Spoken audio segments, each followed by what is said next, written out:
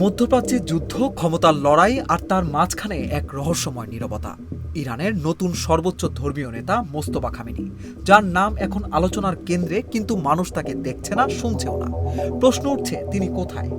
আর যদি সামনে না থাকেন, তাহলে ইরানের সিদ্ধান্ত নিচ্ছে কে? পিতা আয়াতুল্লাহ আলী খামেনির হত্যার পর ক্ষমতায় আসেন মোস্তফা খামেনি, কিন্তু 6 সপ্তাহ পেরিয়ে গেলেও তিনি প্রকাশ্যে আসেননি একবারও।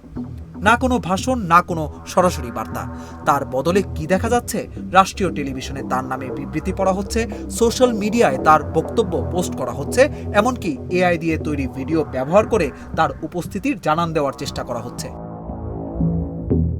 এ যেন এক অদ্ভুত বাস্তবতা। নেতা আছেন কিন্তু নেই।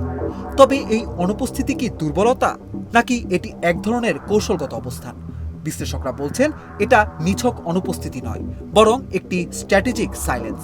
খবর অনুযায়ী সাম্প্রতিক হামলায় আহত হয়েছেন মোস্তফা খামেনি।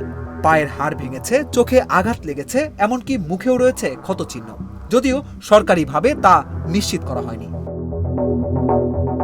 তবে এর মধ্যেও তিনি পুরোপুরি নিষ্ক্রিয় নন, বরং অডিও কনফারেন্সের মাধ্যমে উচ্চ পর্যায়ের বৈঠকে অংশ নিচ্ছেন।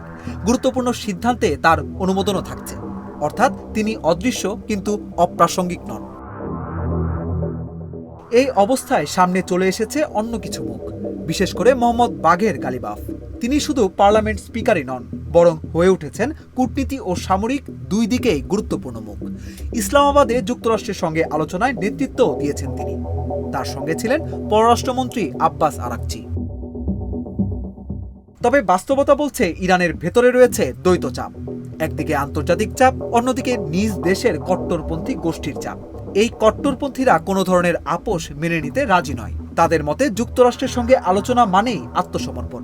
এই পরিস্থিতিতে মোস্তফার অনুপস্থিতি একটি ঢাল হিসেবে কাজ করছে। বিশ্লেষকদের মতে সরকার এখন তার নাম ব্যবহার করছে বড় সিদ্ধান্তগুলোর জন্য, যাতে কোনো সিদ্ধান্ত যদি বিতর্কিত হয়, দায়টা সর্বোচ্চ নেতার অনুমোদন হিসেবে দেখানো যায়। ফলে আলোচনায় থাকা নেতারা নিজেদের রক্ষা করতে পারছেন সমালোচনা থেকে। এখানেই সবচেয়ে বড় প্রশ্ন, আসলে কি সব সিদ্ধান্ত নিচ্ছেন সর্বোচ্চ নেতা, নাকি তার নাম ব্যবহার করে অন্য কেউ চালাচ্ছে পুরো সিস্টেম? এই প্রশ্নের উত্তর এখনো পরিষ্কার না, কারণ ইরানের রাজনৈতিক কাঠামো বরাবরই অনেকটা অস্বচ্ছ। এখানে ক্ষমতা শুধু একজনের হাতে সীমাবদ্ধ নয়, বরং সামরিক, ধর্মীয় এবং রাজনৈতিক শক্তির এক জটিল ভারসাম্যের উপর দাঁড়িয়ে। এই মুহূর্তে সেই ভারসাম্য আরও স্পর্শকাতর অবস্থানে রয়েছে। একদিকে যুদ্ধের হুমকি, অন্যদিকে দুই দেশের কূটনীতি, তার ওপর হরমুজ প্রণালী নিয়ে কৌশলগত চাপ তো আছেই। এই সবকিছুর মাঝেই মোস্তফা খামেনি যেন এক নীরব পরিচালকের ভূমিকায়। তাহলে কি এই কৌশল কাজ করছে? একভাবে দেখলে হ্যাঁ, কারণ অভ্যন্তরীণ সমালোচনা কিছুটা নিয়ন্ত্রণে রাখা যাচ্ছে, আর আন্তর্জাতিকভাবে ইরান এখনও একটি একক অবস্থান বজায় রাখতে পারছে। কিন্তু ঝুঁকিও কম নয়। যতদিন তিনি সামনে আসবেন না, ততদিন প্রশ্ন, সন্দেহ আর জল্পনা বাড়তেই থাকবে। আর যদি কোনো বড় সিদ্ধান্ত ভুল প্রমাণিত হয়, তাহলে এর দায় কার? এই প্রশ্নই এখন সবচেয়ে বড় অনিশ্চয়তা। সবশেষে বলা যায়, মোস্তফা খামেনির এই অদৃশ্য নেতৃত্ব একদিকে যেমন কৌশল, অন্যদিকে তেমনই ঝুঁকিপূর্ণ এক পরীক্ষা।